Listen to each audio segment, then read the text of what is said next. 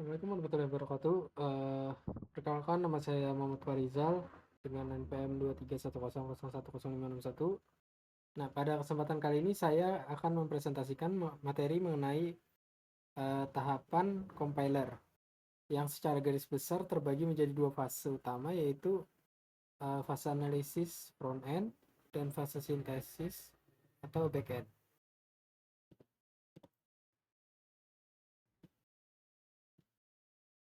Nah, sini ada pengertian compiler. Jadi, sebelum masuk ke tahapan-tahapannya, mari kita pahami dulu apa itu compiler. Nah, secara sederhana, compiler ini adalah sebuah program yang bertugas menerjemahkan atau mengubah shortcode yang kita tulis dalam bahasa pemrograman tingkat tinggi menjadi kode mesin yang bisa dimengerti dan dijalankan oleh komputer. Nah, tanpa compiler, komputer itu tidak akan memahami apa yang kita perintahkan melalui codingan kita. Nah, selanjutnya ada dua fase utama compiler. Jadi, eh, yang pertama ini ada fase analisis atau front end. Nah, di sini compiler itu fokus untuk membedah program kita untuk memahami segala strukturnya dan memastikan tidak ada kesalahan aturan penulisan. Nah, yang kedua ada fase sintesis atau backend. Nah, jadi setelah kode dipastikan benar, fase ini akan fokus membangun ulang kode tersebut menjadi kode mesin yang efisien untuk dijalankan. Nah, selanjutnya ini ada fase analisis. Nah, jadi mari kita bedah fase pertama, yaitu fase analisis atau front end. Jadi fase ini terdiri dari 3 tahapan penting, yaitu analisis leksikal, sintaksis, dan semantik. Nah, di sini ada analisis leksikal. Jadi tahap pertama adalah analisis leksikal atau yang biasanya itu disebut scanner. Nah, tugasnya ini adalah membaca kode sumber kita karakter demi karakter, lalu mengelompokkannya menjadi potongan-potongan yang disebut biasanya token. Nah, contohnya scanner akan memisahkan mana yang merupakan keyword seperti if, else, nama variabel seperti identifier, dan nama operator matematika. Nah, yang kedua ada analisis sintaksis atau bisa disebut parser. Nah, di sini urutan token yang sudah dikelompokkan tadi diperiksa tata bahasanya. Parser mengecek apakah susunan kode kita sesuai, apakah kode kita itu sudah sesuai gitu loh dengan aturan bahasa pemrograman tersebut. Nah, jika susunannya ini kacau, nah disinilah biasanya muncul pesan error atau warning seperti syntax error atau unexpected token. Nah, yang ketiga ada analisis semantik. Nah, ini adalah tahap terakhir dari front end, yaitu analisis semantik. Nah, jika sintaksis mengecek tata bahasa, maka semantik mengecek makna dan logikanya.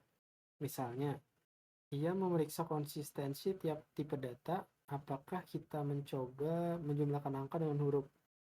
Selain itu, analisis semantik ini juga memeriksa skop variabel. Skop variabel itu memastikan variabel sudah dideklarasikan atau belum.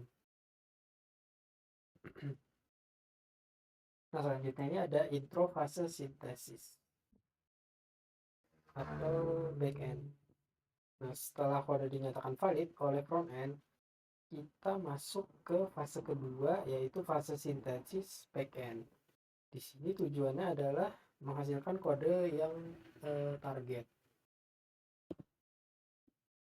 Nah, yang pertama ada generator kode antara. Nah, jadi langkah pertamanya adalah generator kode antara atau intermediasi kode generator.